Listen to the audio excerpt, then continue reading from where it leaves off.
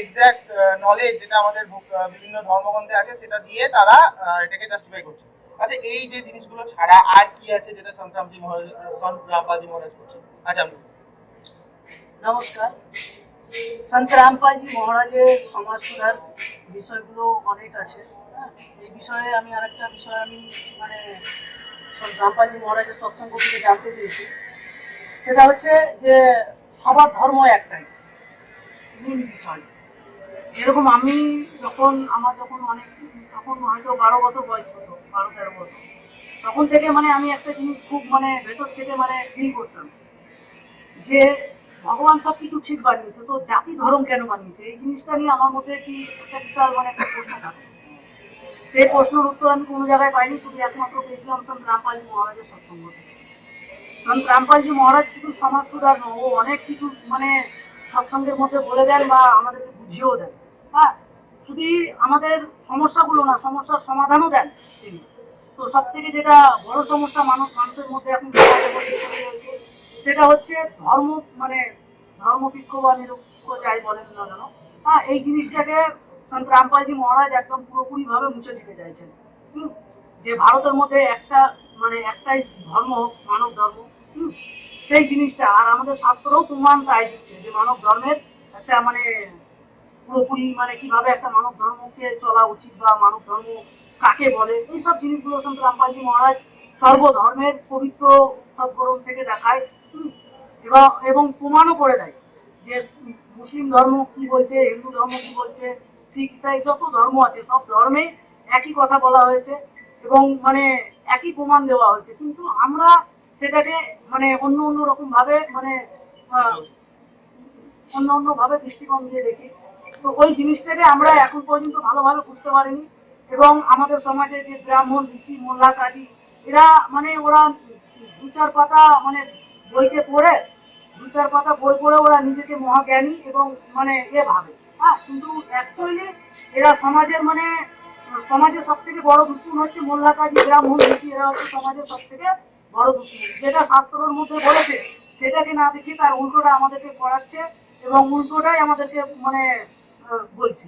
তার জন্য আজকে আমাদের সমাজের মধ্যে বিবাদ এবং ঝামেলা সৃষ্টি হয়। হ্যাঁ, জাতি ভেদাভেদ, এসব জিনিসগুলো একদম সন্ত রামপালজি মহারাজ মানে আমাদেরকে শাস্ত্র থেকে প্রমাণ দেয় যে আমরা সব এক পরমাত্মার এবং এক গড, এক ভগবান, এক আল্লাহর সন্তান।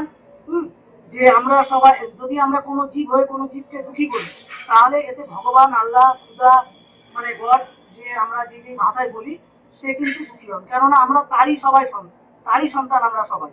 তো তার জন্য সন্ত রামপালজি মহারাজ এটাও একটা মুহিম চালিয়েছে যে জীব हमारा জাতি মানব ধর্ম हमारा, হিন্দু, মুসলিম, শিখ, ইসাই ধর্ম নেই করি না।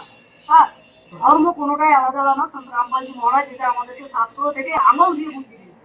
হ্যাঁ, আজকে আমরা শিক্ষিত সমাজ, আমরা যদি একটু মনোযোগ দিয়ে সন্ত রামপালজি মহারাজের সৎসঙ্গ শুনি বা দেখি, তাহলে আমরা স্পষ্টভাবে বুঝে যাব যে আমাদের শাস্ত্র কি বলছে এবং আমরা কোনটা করছি। হ্যাঁ, এইটুকুনি আপনাদের সবার কাছে আপনাদের ধন্যবাদ। আমি ওনার কাছে জানতে পারলাম যে জাতিভেদের ব্যাপারটা সন্ত রামপালজি মহারাজ সমাজের একটা মানে বিশাল বড় একটা এফেক্ট হচ্ছে, কারণ জাতিভেদ আজকের দিনে হিন্দু, মুসলিম, খ্রিস্টান এই বিভিন্ন জিনিসে ভাগ হয়ে আছে। তো মানুষের যেটা মেন কাজ, মনুষ্যত্ব জিনিসটা মানুষ ভুলে বাকি জিনিস সব করছে।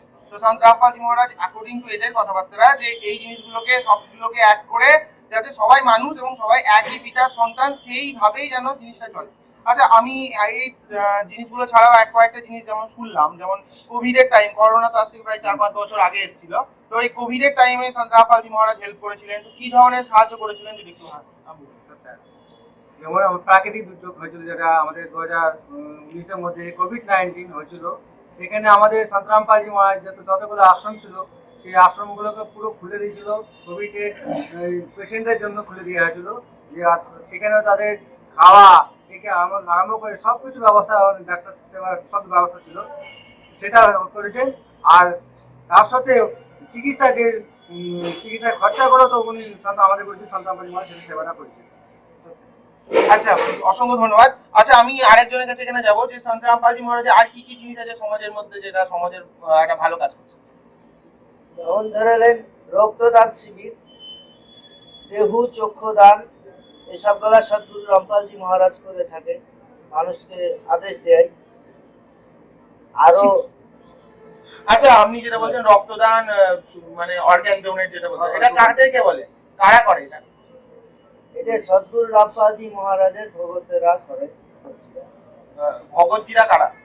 ভগতজিরা যেমন ধরে নেন, আমরা সদ্গুরু রামপালজি মহারাজের ভক্তি করি আমরা সবাই, এদেরকে ভগবতী বলা যায়। আচ্ছা, তো সন্ত রামপালজি মহারাজের শিষ্যদের এরকম একটা আদেশ দেওয়া আছে যে তারা তাদের রক্তদান তো জেনারেল একটা ব্যাপার, তাছাড়া হচ্ছে শরীর অর্গান মানে যেটা নিয়ে পরবর্তীতে কোনো অর্গান ডোনেট করে কারো যদি শরীর খারাপ হয় বা অর্গানের দরকার হয় সেটাতে মানে ওইভাবে। আচ্ছা, বুঝতে পেরেছি। আচ্ছা, সন্ত রামপালজি মহারাজের বিশেষ বিশেষ জিনিসগুলো তো জানতেই পারছি, আর এই জিনিসগুলো ছাড়াও আর কি কি আছে যেগুলো আমি এই ভক্ত সমাজের কাছ থেকে জানবো, তো আর কি কি আছে যদি আপনারা একটু বলেন। আপনি প্লিজ বলেন। আপনি কি আছে আপনি বলুন। আর একটা আছে বৃক্ষরোপণ, যে আজ বুঝতে পারছেন আমরা সব যত আছি আমরা যেমন গাছপালা কেটে দিয়ে আমরা মানে যেটা প্রাকৃতিক মধ্যে আমরা মানে বিষাক্ত তৈরি করে ফেলছি। প্রাকৃতিক দুর্যোগ যেখানে আমাদের গুরুজি সময় সময় মানে বৃক্ষরোপণ করাচ্ছেন, যেন অক্সিজেন আমাদের কমে যাচ্ছে ধীরে ধীরে, গাছ কেটে ফেলছে, তার পরিবর্তে আমাদের লাখো লাখো আমাদের বৃক্ষরোপণ করাচ্ছেন। জিনিসগুলোকে এমনও হয়েছে, এত বৃক্ষরোপণ করিয়েছেন আমাদের সন্ত রামপালজি মহারাজের শিষ্যরা, সেখানে গ্রিস বুকে নাম উঠে আসছে। এখন এটা কি কোনো প্রমাণ আছে? আপনি বলেছেন প্রমাণ আছে, প্রমাণ আছে না হয়েছে? আছে, প্রমাণ আছে। আচ্ছা, দেখবেন, বৃক্ষরোপণের জন্য গিনিস ওয়ার্ল্ড রেকর্ডে নাম আছে। আচ্ছা আচ্ছা, তো আরেকটা নতুন জিনিস জানতে পারলাম, যেটা হচ্ছে বৃক্ষরোপণের কর্মসূচির জন্য সন্ত রামপালজি মহারাজের শিষ্যদের গিনিস ওয়ার্ল্ড রেকর্ড তারা করেছে।